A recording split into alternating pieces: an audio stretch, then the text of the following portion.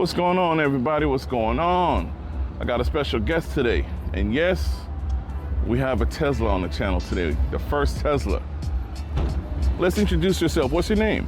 Josh. Mr. Josh, how you doing today, sir? Another beautiful day in paradise. I can tell, man. You know what? It's also, I want to give you a great shout out, and I appreciate your time for taking your time for coming on the channel today. And my pleasure. Obviously, we want to know your side on the electric cars, and pretty much, you know, we all hear the things about like the electric cars versus the V8 cars and our true car enthusiasts. But right now, the time I spent with you, you pretty much said a lot of cool things about these electric cars. And let's just pretty much get it. Where did the passion start with you? Electrics, I just wanted something more economical rather than spending $300 a week in gas. Because especially when you get more power, that means they guzzle more fuel. And I don't think it's electric versus ICE, it's just whatever you can have fun in. Awesome, awesome, awesome. Now, what was your first car? My very first car was a 1988 Hyundai Excel hatchback. Now, would you say that's where the craze started, like the horsepower on racing, like the horsepower, like pretty much chasing that horsepower that you all want to get into? Chasing the horsepower, I've been doing that since I was riding dirt bikes at 6 years old. Anytime I could go faster, it was fun. Sometimes Awesome. we hit some walls or a fence, but we keep going. Well, if anything, right now we see the Tesla. Now, as much times we've been talking as far as the horsepower and the V8 sounds and the twin turbos. Now, this car is really special. Can you describe your car that you have here today? I mean, it makes no sound. That's the one drawback, because nothing sounds as good as a turbo or a blow-off valve, Man. or a nice supercharger whine. Yeah. But this has instant torque right off the line. Man. And 500 horsepower, 500 foot-pounds of torque. You said how much again? 500. 500. You make it seem like that's something you just like it's like a breeze today. Well, I mean, nowadays with an LS, you can pull 700-800 with the stock block. Facts, facts, facts. Now, would you say people like want to try you all the time in this car because it looks like a sleeper? It doesn't look like it's an intimidating car. It looks like a family sedan. It's a four-door car, Man. But it's all-wheel drive, independent front and rear motors. I mean, my tires are only 235 wide, and it still does 0 to 60 in 3.2 on the Draggy. Jeez Louise. So, Mr. Josh, you know we got to ask you this: are you an import guy or a muscle car guy? My dad was a muscle car guy. I like imports. I like computers, so I like tuning. Now, have you ever intimidated anybody in this car yet? Absolutely. I mean, So a lot of people don't want to go with it because they know Teslas are quick off the line. Well, what was the best time? What was the best race you had in Mexico with this car? Down in Mexico, we were caught up with a BMW M4. Okay, M4. The new one, like what you want? Just cruising on the highway in Mexico. It had to be at least a 2020 or newer. Oh, so the new joint. And we were just having fun weaving in and out of cars up to about 130, 140. Whoa. And what's the top end on these things? Model 3 Performance is 165. Oh, what's the exact model, if you don't mind asking again? What's the exact model? It's a 2021 Model 3 Performance. 3 Performance. Now, the Performance, besides the Performance, obviously, that's self-explanatory. Like, does that come with the wheels and big brake package or anything else Yeah, different? so the Performance automatically comes with the 20-inch wheels and the bigger brakes. Wow. And comes with the carbon wing. And it also comes with a race package where you can have race mode and drift mode. Drift mode. So I can make it 100% rear-wheel drive, go out and do some donuts. And the donuts is not an issue. Like, but mind you, this is a full electric car.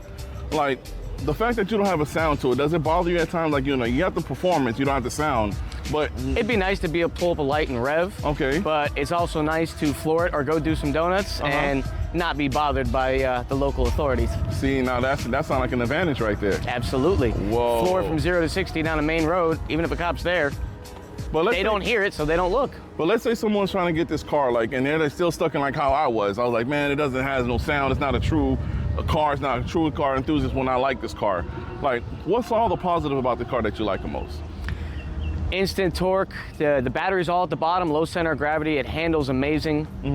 I can pull over a G sideways on the over one G-force. What? The brakes are fast, and I charge it up at home. It cost me $9 to go around 250 miles. Oh, speaking of the charger, like, speak more about your charging setup at home. Like, how's that work? How's that work out for you? I had just my dryer plug. I bought a 50-foot extension cord for $100, ran it to the front of my house, and I charge it there. Oh, that's free game. That's free game right there. So Come home, plug it in. When I wake up, it's charged. And was it hard work? Is it something almost anybody can do? No, yeah, it's super easy. I literally just plugged in an adapter I bought on Amazon. Amazon. Jeez Louise. Okay. Now with the charging station, I've been in plenty of gas stations where you just pull up, you fill up your car, you go get a snack if you want to go inside, get a drink or so. But then I fill up, I'm out of there within like 8 minutes tops. Right. Now, when you see people, and honestly, I've seen people, they got their phones out, they're sleeping, they're taking naps, and they're sitting in the charging station. Doesn't that take away the experience of like, you know, just like gassing and go? Like, or is that like, it does a little bit. If you're below 50%, when the battery's lower, okay, it charges faster. So I can get from 10% to 50% in probably 15 minutes. 15? But 50 to 80, that's gonna take another 25 minutes. Okay. So if you keep it lower charge, it charges fast. So you can get up and go and be done in about 15 minutes. Awesome. So it's still a little bit slower than gasoline. It's not there yet. Wow. Which, that part is a little bit annoying. That's why I charge at the house. I go to bed, plug it in, wake up, it's done. And would you consider traveling in this car? Like, would you consider traveling like in like long distance? Yeah, we're in South Florida right now. I've taken all the way up to the Northeast. Whoa. Connecticut, Massachusetts, drove around there for a while, came all the way back down. Jeez Louise. Now let's take a walk around your car. Now, so far it looks stunning. It's beautiful, it's clean, Thank it you. looks sleek. And right now, I remember you told me like these, if you see wheels like these, it means trouble. These are big boys right here. Yeah, those are the 20-inch, they're called Uber Turbine. Oh. And the Model Y, the SUV, they have 21 inches, but this has 20s. So let's look at the what's called the frunk. Frunk. Let's look at the features on this bad boy. Instead of having regular, since there's no engine up here, you just got extra storage space. Hold on, how'd you just open that? I opened it with the phone. The phone is your key.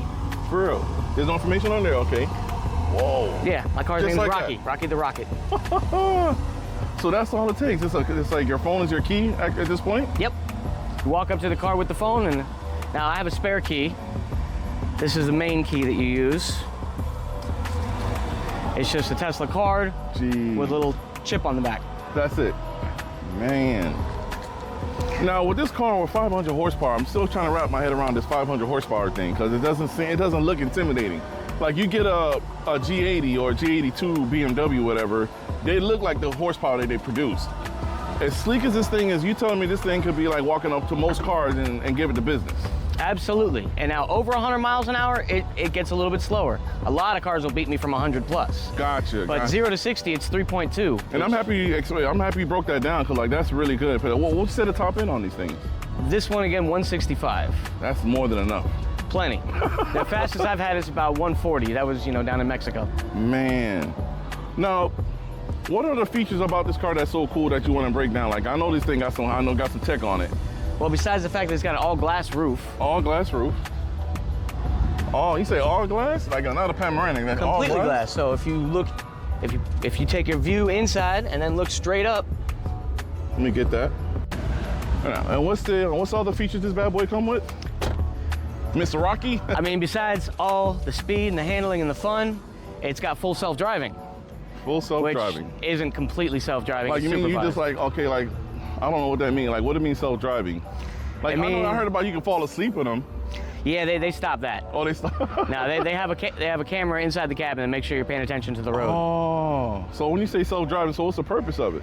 I mean, say you're shopping at Costco, Walmart, and you parked far because it's a busy Saturday or Sunday. Okay. It starts raining, whatever. You don't want to walk to your car. Yeah. You just summon the car to you. You want to move it, it moves. No, this is gonna be the first time I'm seeing this in real time because I'm seeing guys talk about this. I've seen it online, but this is something I got. Hold on, first of all, let me make sure there's no one in there. All right, right now Make we sure just you got. keep that continuous shot going. Yeah, right now we just got that Casper the Ghost in the car. So let's see what happens. Self-driving. This is crazy. So this is the time we're in right now. All on your phone. Right now, I'll just back it up a little bit. You see this? You see this? It's summon the car to you. Josh, hold on. So if I'm spending $1 million on a car and it doesn't do this to me, I just got robbed. So I'm gonna see if I can't park it over there. What?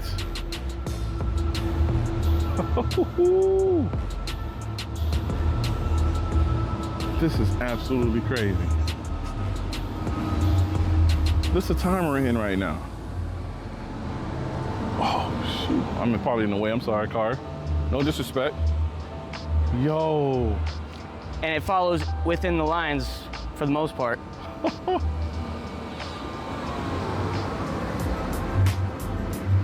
What? That look good to me. Gets a little too hot in the car, you can just vent the windows off from the phone. And it's all just on, is it an app you have to download or? It's a Tesla app. So it's a Tesla app, so when first you have the app to work, like when you purchase a car, they give you like a certain code for that particular car? Yeah, so I got the Tesla app and I bought the car through the app. So no one can just download the app and then, oh, I can control the Tesla? No, it's all controlled through their servers. Servers, gotcha. It's not like a Kia, it doesn't get hacked easy. Wow, man. Man, bro, I can't believe it. I can't believe this car, man. It got the power, it got the tech. What would you, if you would add anything to this car, what would you want to add onto it? Like, can you do any upgrades on this thing? You can. They do sell LSD upgrades for the differentials. Okay. I already changed my taillights out. Want to make it a little different than every other Tesla out there. Wow. I got those from Hansho. Okay. Other than that, I'd love to see a sunroof in the Tesla or maybe a convertible one. Oh, as far as those features. Man, I see a camera right here. What's those cameras for? That's for the full self-driving. It's got a camera here, it's got one in the lens here, and it's got one right in the door panel. What? Okay. Which also doubles as a giant dash cam. Giant, okay. So technically like sensors, but like eye for the camera, eye for the car. Yeah, I don't know if you can see in the light, but Yeah, I don't know. it pulls up us right there, all 4 views of the camera. Let's see, I don't know, is it recording? Yeah, it does. Let's see, And I can even take a picture inside the cabin, and you can see what's going on in the car. Make sure if anyone's, going through your shit. Yeah, and you can do this like if you wake up and then immediately I hear something, it just go on my phone and boom. Yep. At any time. What's the range on it? Can you be out of town and do the same thing? Yeah. Interesting. Right now you I had to fly up north, left the car down here. I was still able to access the camera. Man. Well, Josh, man, I can't thank you enough for your car, man. Thank you for your time, my pleasure. bro. The car's amazing. And well, let's see, man. If anybody has something to say, man, just look at the videos and do the research, man, because I'm not mad at these electric cars. I'm such a gearhead. I love my gears. I love my 6 speeds. But right now, how techs are going, how fast they're going. I'm still a gearhead. I got an SC300 with a 2J turbo at home. Whoa. But so this is a fantastic daily driver. And daily. There's no oil changes done on this thing. It brakes, you barely do at 100,000 miles because it has regen braking. Jeez Louise. So no maintenance, you just drive and go. You know what? That 2J sounds real interesting, so we'll have to get that on one of the other next interviews. I'll be on the next episodes then. Dude, well, man, I can't thank you for your time. I appreciate you. My pleasure. Appreciate you again, my guy. Over and out.